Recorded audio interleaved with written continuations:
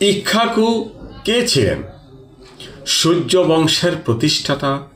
ইক্ষ্বাকু সূর্য বংশের solar dynasty প্রথম রাজা ছিলেন এবং তার নামেই এই রাজবংশের নাম করা হয়। মনুর পুত্র।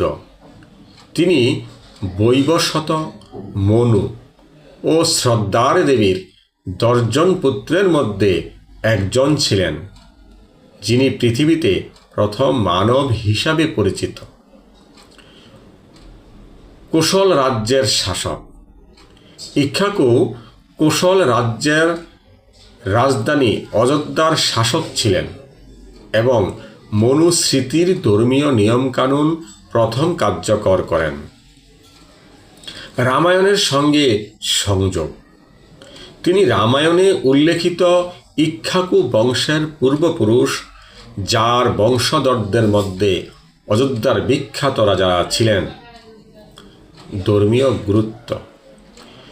হিন্দু ধর্ম ইক্ষ্বাকুকে একজন ধার্মিক ও মহিমান্বিত রাজা হিসাবে গণ্য করা হয়, যিনি বিষ্ণুর প্রথম অবতারের সাথে সম্পর্কিত।